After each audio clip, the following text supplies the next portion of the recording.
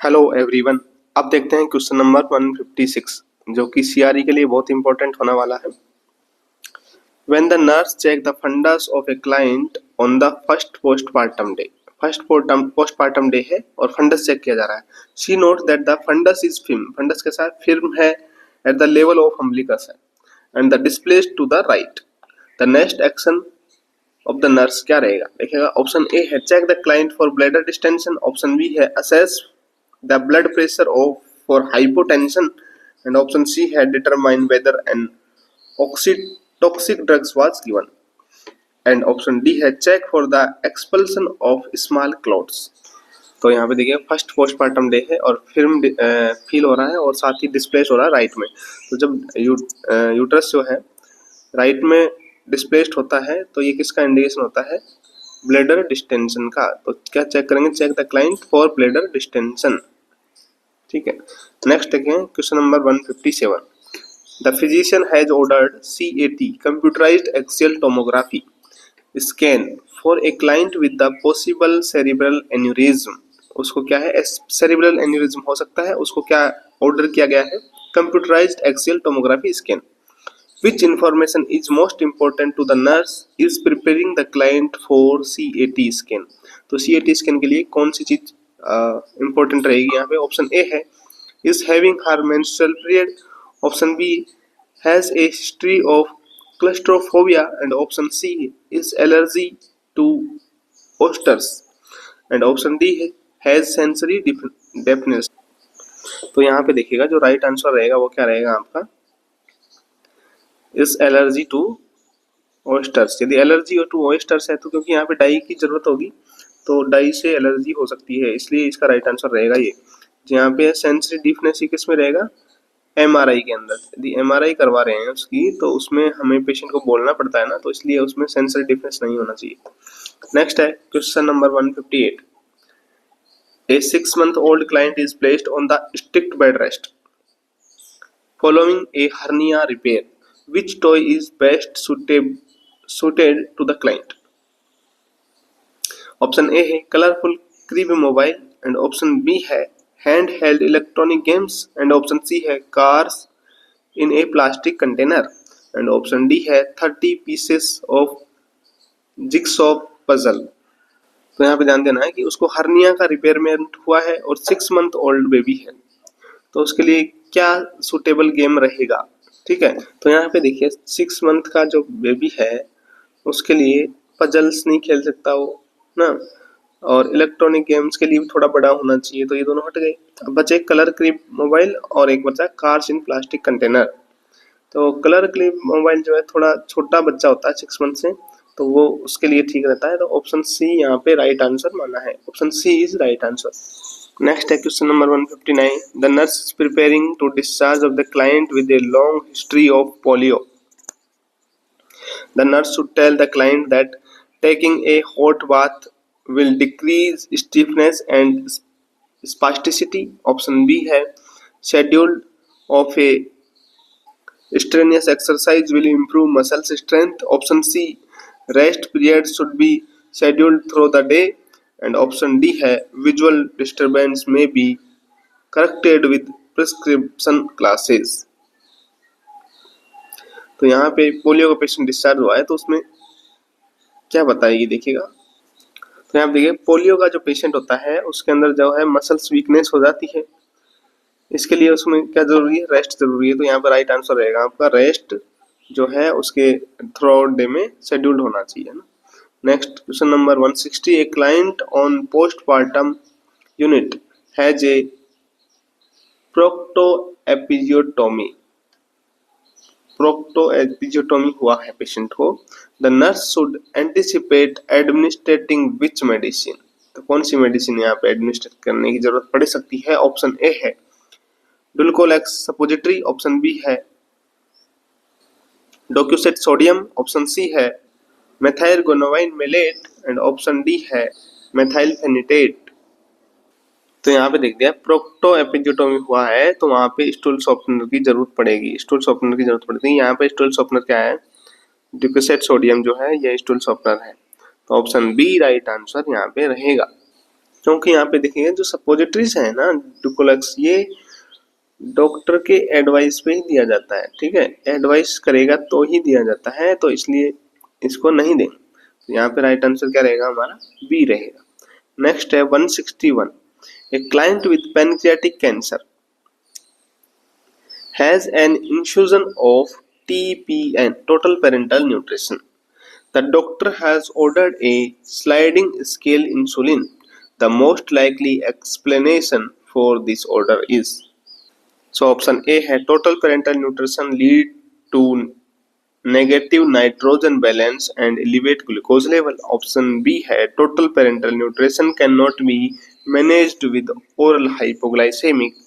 Option C है total parental nutrition is high glucose solution that often elevate the blood glucose level. And option D है total parental nutrition lead to further pancreatic disease. यहाँ पे देखो pancreatic cancer है patient को और उसको TPN चल रहा है, ठीक है, टोटल पेरेंटल न्यूट्रिशन चल रहा है। अब यहाँ पे हमें बात कर डॉक्टर ने ऑर्डर क्या किया है, स्लाइडिंग स्केल के अकॉर्डिंग उसको इंसुलिन भी चलाना है।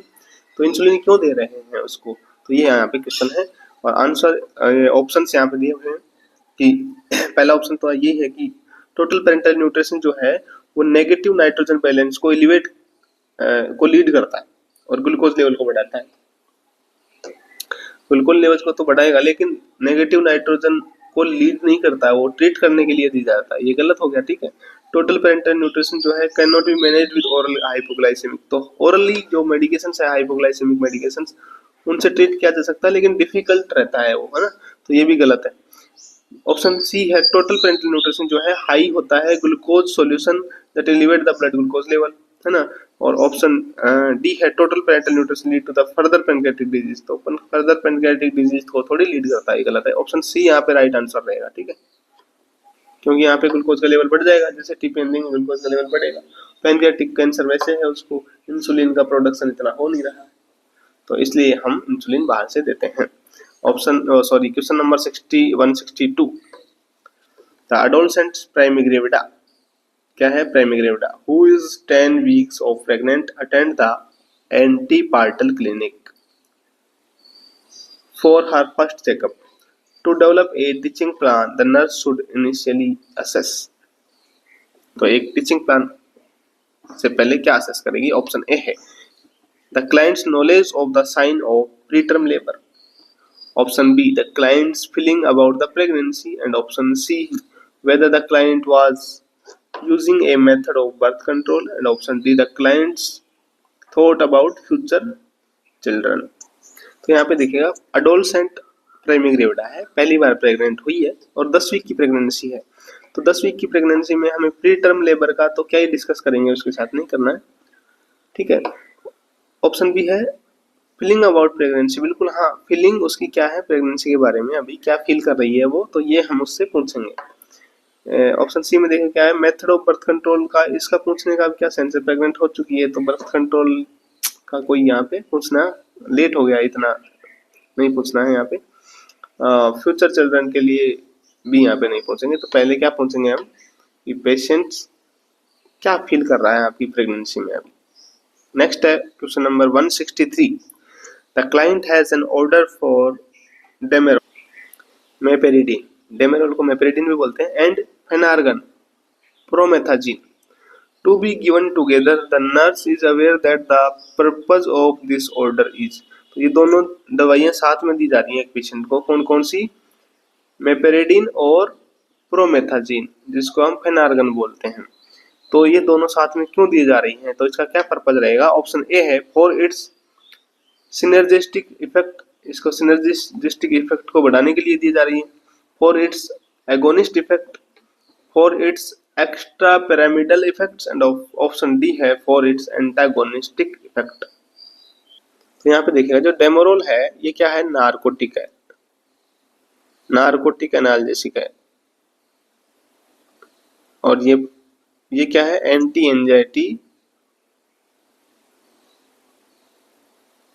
एंटी एमेटिक, ठीक है, ये एंटी एंजाइटी ड्रग्स है फेनार्गन, और ये क्या है, नार्कोटिक एनाल्जेसिक्स है। तो इनको साथ साथ देने का मतलब है कि ये क्या बनाते हैं, सिनर्जिस्टिक इफेक्ट को बनाते हैं। क्या बनाते हैं, सिनर्जिस्टिक इफेक्ट। तो यहाँ पे सिनर्जिस्टिक इफेक्ट क्या होता है, जब ये मेडिसिन एक दूसरे के इफेक्ट को क्या करें, बढ़ा दें। एक दूसरे के इफेक्ट को क्या करती हैं, जब दो मेडिसिन बढ़ाती हैं तो उसको बोलते हैं सिनर्जिस्टिक इफेक्ट। एगोनिस्ट जो होता है ये ब्लड के अंदर हार्मोन्स वगैरह जो हैं उनके साथ काम करता है, उनके एगोनिस्ट हो जाता है, मतलब वो काम कर रहे हैं उनके काम को बढ़ाता है ना, उनके साथ में काम करता है। और एंटागोनिस्ट मतलब होता है ये एक ड्रग्स दूसरे ड्रग्स के काम को रोक देती है, तो वो एंटागोनिस्ट हो जाते हैं ना।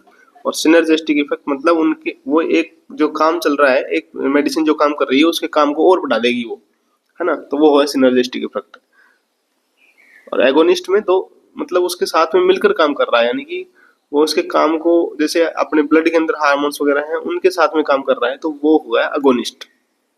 नेक्स्ट है 164, the physician has order a liver scan with contrast to confirm the diagnosis before the procedure the nurse should. तो उसको क्या, देखो लीवर स्कैन किया जा रहा है विद कॉन्ट्रास्ट, तो यहाँ पे प्रोसीजर से पहले नर्स क्या देखेगी, यहाँ पे देखिएगा ऑप्शन देखिएगा। ऑप्शन ए है assess the client for the allergy, option B है bolus the client with fluid, and option C he tell the client with he will sleep, and option D है insert a urinary catheter. Urinary catheter insert करेगी, या फिर client अच्छे से सोया हुआ होना चाहिए क्लाइंट, या फिर क्लाइंट को फ्लूइड देगी, या फिर एलर्जी असेस करेगी। अब यहाँ पे देखिए कॉन्ट्रास्ट उसको इंजेक्ट करेंगे, कॉन्ट्रास्ट से स्कैन किया जाएगा, तब भी कॉन्ट्रास्ट से स्कैन किया जाए तो एलर्जी चेक करेंगे ना पेशेंट को, assess the client for allergy, dyes से एलर्जी तो नहीं है, ठीक है। तो ऑप्शन ए इसमें राइट आंसर रहेगा। नेक्स्ट है 165, the physician has ordered an injection of RhoGAM. ये रोगम जो इंजेक्शन है RH ओ यानी जो RH फैक्टर नेगेटिव रहता है उसके लिए दिया जाता है, तो ऑर्डर किया है एक injection RhoGAM for a client with the blood type A negative. Patient का ब्लड ग्रुप क्या है, A negative. The nurse understand that the RhoGAM is given to, तो किस लिए दिया जाता है ये RH इंजेक्शन, तो ये यहाँ पे पूछ रहा है। ऑप्शन ए है provide immunity against RH isoenzymes, isoenzymes के अगेंस्ट इम्यूनिटी बनाने के लिए। ऑप्शन बी है prevent the formation of RH antibodies. Option C है eliminate the circulating RH antibodies, and option D है convert the RH factor from negative to positive. तो negative से positive थोड़ी कन्वर्ट करता है, गलत है ना ये तो बिल्कुल। सी ऑप्शन है eliminate the circulating RH antibodies, antibodies जो बन गई हैं उनको एलिमिनेट नहीं करता है, ये क्या करता है, फॉर्मेशन से बचाता है, prevent the formation of antibodies. तो राइट आंसर आपका बी रहेगा इसमें, prevent the formation of RH antibodies. कितने टाइम में देना चाहिए, विद इन 72 आवर्स के अंदर ये इंजेक्शन देना चाहिए।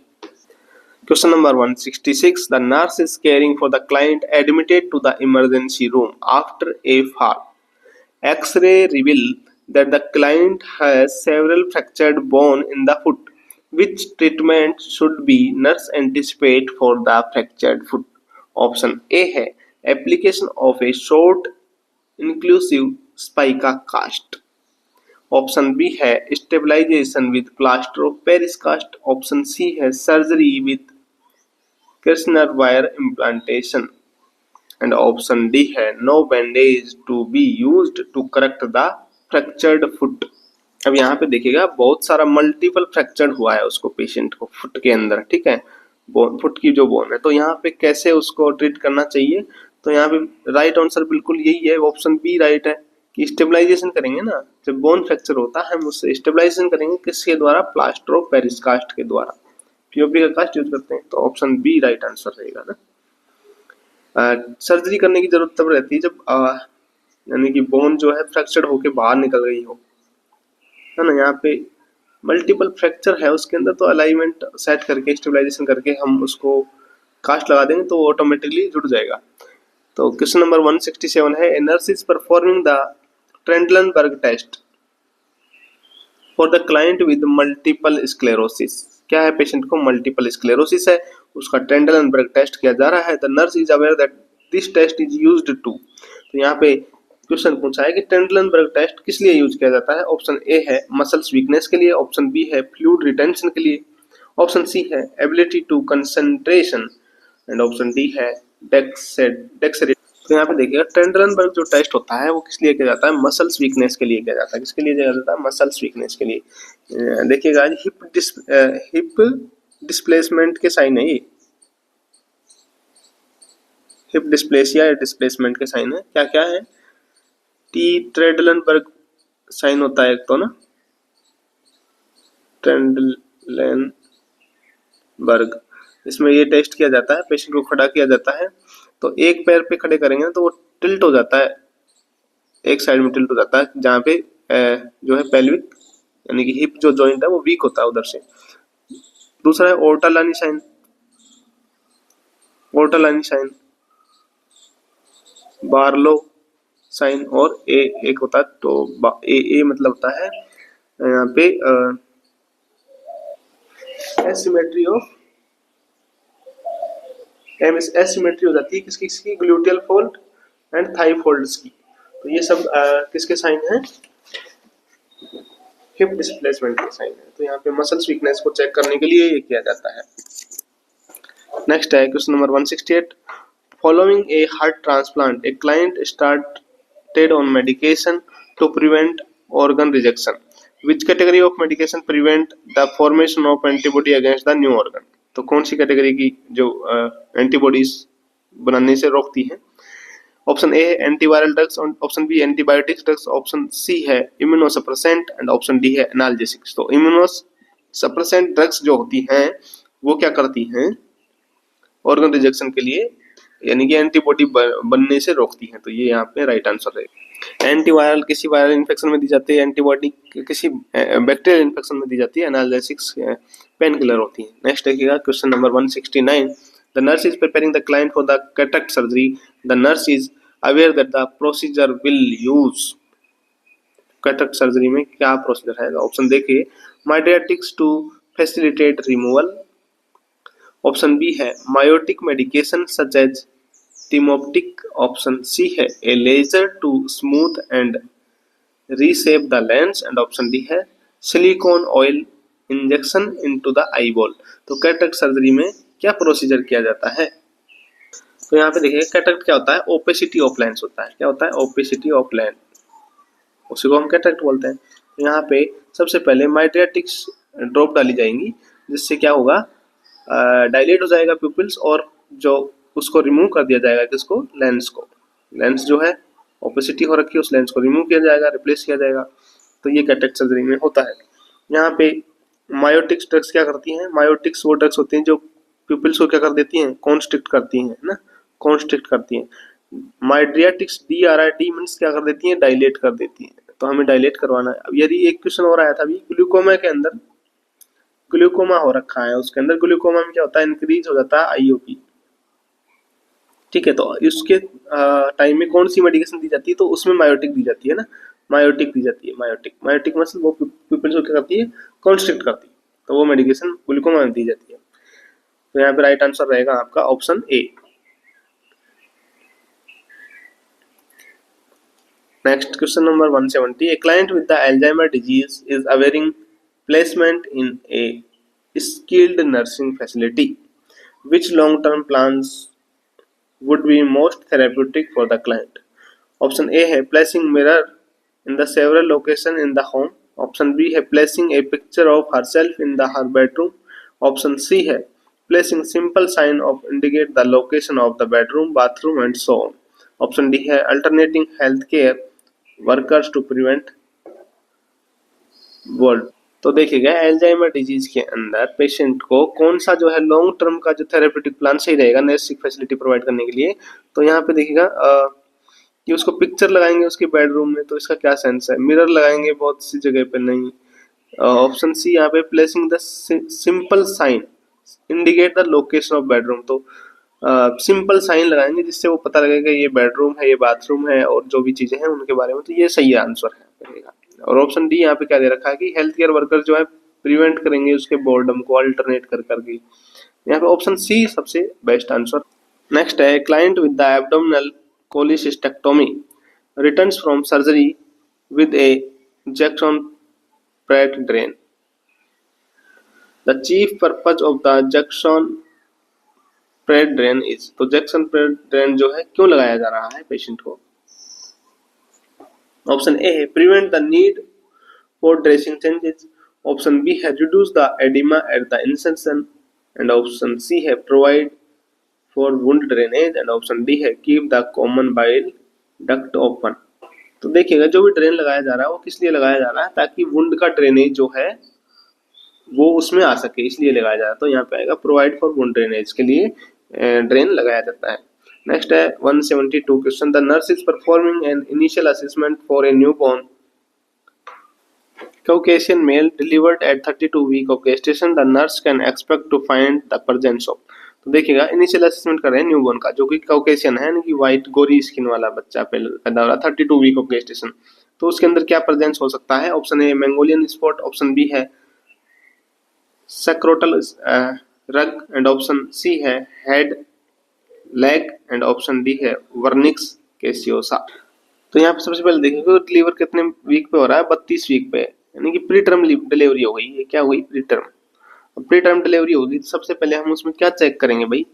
तो यहाँ पे देखोगे हेड लेग चेक करेंगे कि हेड लेग तो नहीं है उसके अंदर, तो ऑप्शन सी यहाँ पे राइट आंसर रहेगा। नेक्स्ट है the nurse is caring for the client admitted with multiple trauma, fractured include the pelvis, femur and ulna. Which findings should be reported to the physician immediately? Option A hematuria, option B muscle spasm, option C dizziness, and option D है nausea। तो यहाँ पे देखिए multiple fracture है patient को, तो यहाँ पे सबसे ज्यादा प्रायोरिटी हम किसको देंगे? हेमेचूरिया को, क्योंकि हेमेचूरिया क्या इंडिकेट करेगा भाई? ये ब्लेडर इंजरी को डिनोट कर सकता है, ब्लेडर का इंजरी हो सकती है, क्योंकि उसको फीमर भी फ्रैक्चर है ना, पेल्विस भी फ्रैक्चर है, फीमर भी फ्रैक्चर है, तो ब्लेडर भी इंजर्ड हो सकता है, तो इसलिए हम इसको इन्फॉर्म करेंगे। नेक्स्ट है 174, the client is brought to the emergency room by the police. किसके द्वारा आ रहा है? पुलिस के द्वारा। He is combative and yells, I have to get out of her, they are trying to kill me. Which assessment is most likely correct in the relation to this statement? तो वो देखिए क्या कर रहा है, गुस्से के अंदर चिल्ला रहा है I have to get out of her, they are trying to kill me, ये मुझे मारना चाहते हैं, ठीक है, ऐसे वो चिल्ला रहा है। तो ऑप्शन ए है the client is experiencing an auditory hallucination, auditory hallucination को फील कर रहा है वो क्लाइंट। ऑप्शन बी है client is an having a delusion of grandeur, option C है the client experiencing paranoid delusion, and option D है the client is intoxicated.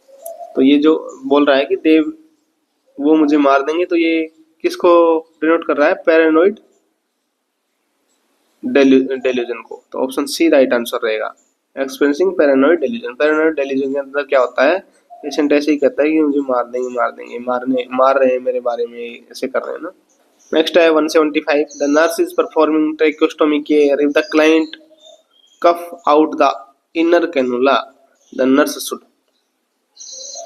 अब ये देखिएगा ट्रैकोस्टोमी केयर करती है और क्लाइंट ने क्या किया? कफ आउट कर दिया, मतलब जैसे ही खांसा तो आउट हो गया, इनर कैनुला जो है बाहर निकल गया है।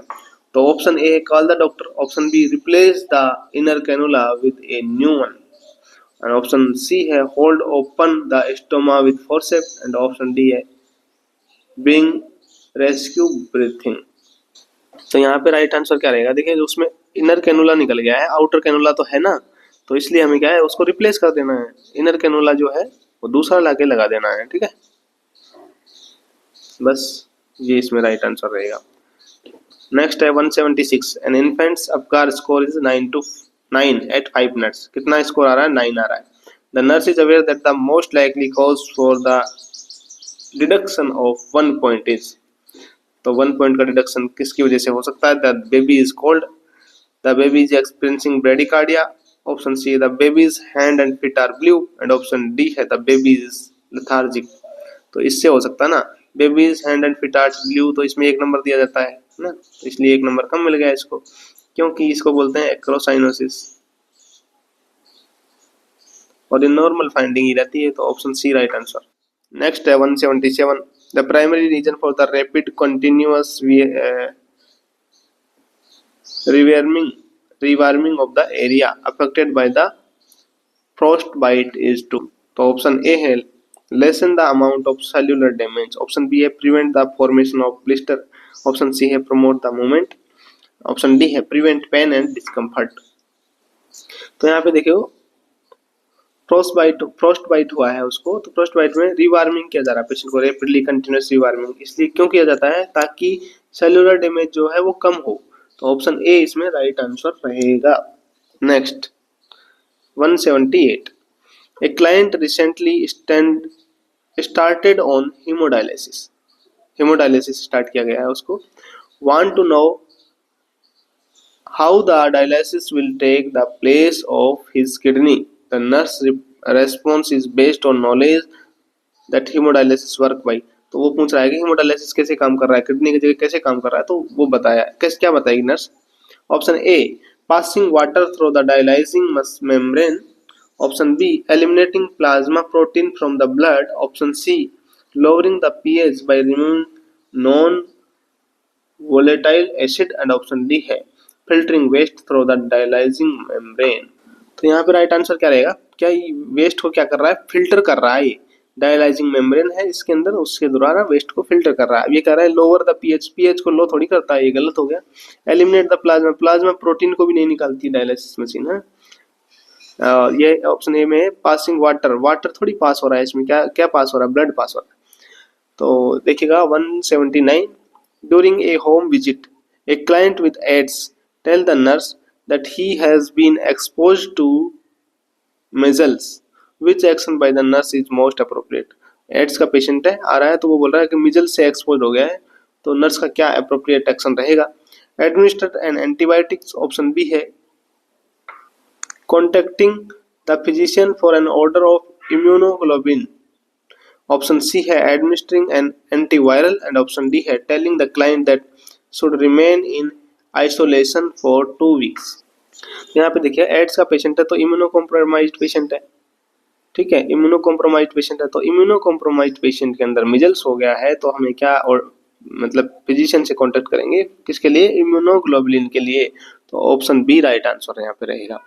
नेक्स्ट है 180, a client hospitalized with MRSA, methicillin resistant streptoaureus जो है, तो MRSA पॉजिटिव है पेशेंट, है ना, is placed on contact precaution, contact precaution से प्लेस्ड है। Which statement is true regarding precaution for infection spreaded by contact, option A है the client should be placed in a room with negative pressure, option B है infection require close contact therefore the door may remain open, and option C है transmission is highly likely so client should wear a mask at the all time, and option D है infection require skin to skin contact and is prevent by hand washing gloves and gown। तो यहाँ पे देखिए MRSA positive है, methicillin resistant staphylococcus aureus उसको है, तो इस टाइम में पेशेंट को क्या है, ये कॉन्टेक्ट से हो सकता है, जब ब्लड कॉन्टेक्ट से फैल सकता है, ठीक है, या फिर स्नीजिंग वगैरह कर रहा है, तो उस टाइम भी पेशेंट को क्या करना है, मास्क लगा के रखना है। ये बोल रहा है कि वियर मास्क ऑल टाइम, तो ऑल टाइम नहीं है। और दूसरा है place a room negative pressure, negative pressure की जरूरत नहीं है, बाकी उसको आइसोलेट जरूर रखना है। यहाँ पे क्लोज, डोर को ओपन नहीं रखना, डोर क्लोज करके रखना है। तो यहाँ पे राइट आंसर जो रहेगा वो क्या है, स्किन टू स्किन कॉन्टैक्ट, तो gloves and gown and hand washing जरूरी है, ठीक है, ऑप्शन डी इसमें राइट आंसर रहेगा। नेक्स्ट है 181, client with an above the knee amputation, क्या है, अबो नी एम्पुटेशन हो रहा है, is being taught method to prevent hip flexion deformities, hip flexion deformities के बारे में उसको प्रिवेंट करने के लिए बताया जा रहा है। which instruction should be given to the client, option A lie the supine with the head elevated on 2 pillow, ये क्वेश्चन आया हुआ है, पिछली बार CRE में आया था SNO के लिए में। तो ऑप्शन बी है lie prone every 4 hours during the day for 30 minutes, and option C है lie on your side with your head elevated, option D है lie flat during the day। तो पेशेंट का below कहाँ पे हो रखा है एम्पुटेशन, अबो नी, नी से ऊपर, ठीक है। नीचे ऊपर यहाँ से एम्पुटेट हो गया है पेशेंट का, तो इसमें क्या इंस्ट्रक्शन करेंगे ताकि हिप फ्लेक्शन डिफॉर्मिटीज ना हो। तो इसके अंदर राइट आंसर रहेगा आपका ऑप्शन बी कि हर 4 घंटे के अंदर उसको पोजीशन चेंज करनी है, यानी कि 30 मिनट के लिए कम से कम क्या रहे, वो प्रोन पोजीशन में रहे, प्रोन पोजीशन में रहे, ठीक है। तो वो उससे क्या है, हिप फ्लेक्शन डिफॉर्मिटीज नहीं होगी। तो ऑप्शन बी राइट आंसर रहेगा। Thank you for watching the video.